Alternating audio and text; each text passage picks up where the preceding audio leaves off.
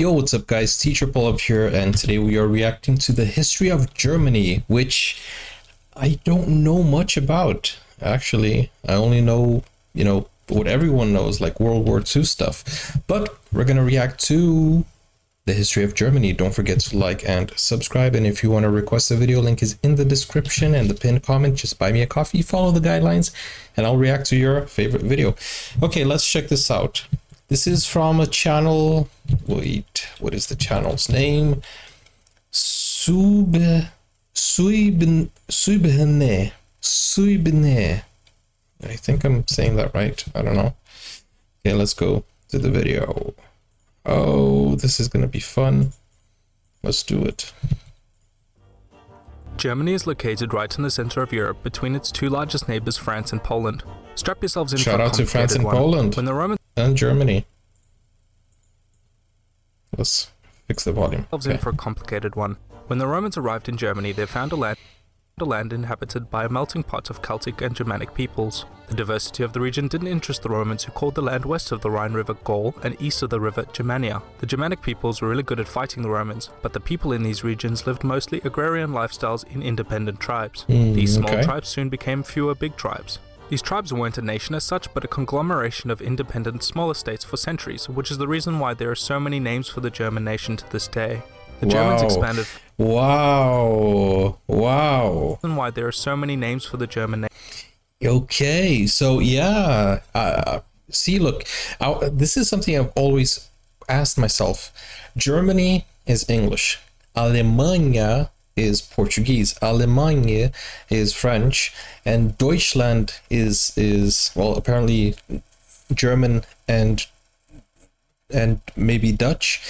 I did not know about the other ones, Tyskland and Niemcy.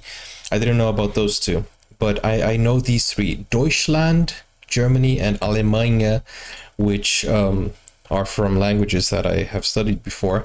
So it's interesting. Just interesting to see why they have three different languages. I mean, three different names. And smaller states for centuries, which is the reason why there are so many names for the German nation to this day. Wow. The Germans expanded further into the weakening Roman Empire. This Great Migration period eventually became known as the Great Migration Period. Historians are very creative. One of the tribes, called the Franks, dominated the region and slowly conquered all of France, Germany, the Low Countries, and parts of Italy under the Merovingian and Carolingian dynasties. I like how he calls the Netherlands the Low Countries. Interesting. That's exactly how you say it in French and Portuguese. The region and slowly conquered all of France, Germany, the Low Countries, and parts of Italy under the Merovingian and Carolingian dynasties. Much of this conquest can be attributed to Charlemagne, also known as Charles the Great. Charlemagne's empire became the foundation of the Holy Roman Empire, the symbolic successor to the actual Roman Empire. The empire was split into three kingdoms: East, West, and Middle Francia. East Francia eventually came under the control of Otto of Saxony, who married into the Italian kingdom, leading the Pope to revive the Holy Roman Empire. Establishment of the state became one of the many precursors for the division of the Catholic and Orthodox Church, the latter of which was still firmly controlled by the Eastern Roman Byzantines. From the 11th to the 13th century, the Holy Roman Empire was a key nation in the Crusades, which... Okay, so is Germany a Christian or Catholic country? Or Orthodox? Like, what are you guys now? Like now, mostly Catholic or what? Or is it like the UK? 7th to the 13th century, the Holy Roman Empire was a key nation in the Crusades, which began as military expeditions to the Holy Land against the growing Seljuk Turk Empire. In 1230, the German Teutonic Order of Knights annexed an area called Prussia in an attempt to eliminate the remnant pagans from Europe. Around the same time, German towns and villages were being settled in areas outside the empire into Poland and Hungary, leading to areas of high diversity and ethnic ambiguity. The best way to describe the Holy Roman Empire for the next few centuries is a very loosely united monarchy, with many smaller kingdoms and duchies with varying degrees of power and autonomy. The German lawyer Martin Luther began a period of change in the Catholic Church, which became known as the Protestant Revolution. Martin Luther. German lawyer Martin Luther. You know, Martin Luther is the one who kind of like he exposed the Catholic Church, right? I think he was poisoned because he was leaking information, if this is what I recall correctly. Bro, this is basically Game of Thrones. Everyone had a kingdom within Deutschland. Interesting. Yeah, so Martin Luther was kind of like the the Catholic Church snitch. But you know, it was a very, very good thing he did, I would suppose. I actually translated some of his comics. Actually, my brother did, but I was part of the project, so yeah. Power and autonomy. The German lawyer Martin Luther began a period of change in the Catholic Church, which became known as the Protestant Reformation, making Germany a key focus in the splitting of the Church for a second time. Two kingdoms in the empire rose to dominate the rest: Habsburg Austria in the south and Brandenburg Prussia in the north. These two kingdoms became intense rivals, fighting wars and annexing large amounts of territory outside the empire. Both kingdoms fared very badly during the Napoleonic Wars, and the Holy Roman Empire was officially abolished by the French Empire, who came to influence much of Western Europe. The French Revolution began a decades-long rise in nationalism in Germany, and many of the people sought to unify into a single nation. So this is the old flag of Germany? By the way, I've never heard of Prussia before. Probably an extinct country now. By 1866, Prussia had become the dominant power after the 7-week war against Austria, and set up the Northern Germanic Confederation in the following year, notably excluding their Austrian rivals. This became the German Empire just 4 years later, the first modern German nation-state. Germany was propelled to superpower status and even became involved in overseas colonization. Tensions were high in Europe, and many distrust. What countries did Germany colonize? I know that there are so many German influences in the south of Brazil. Lots of Germanic structures there. Colonization. Tensions were high in Europe, and many distrusted the new powerful nation that had just appeared. This led to so many alliances in Europe, since nobody trusted anybody anymore, and each nation had to pick a side in case war broke out.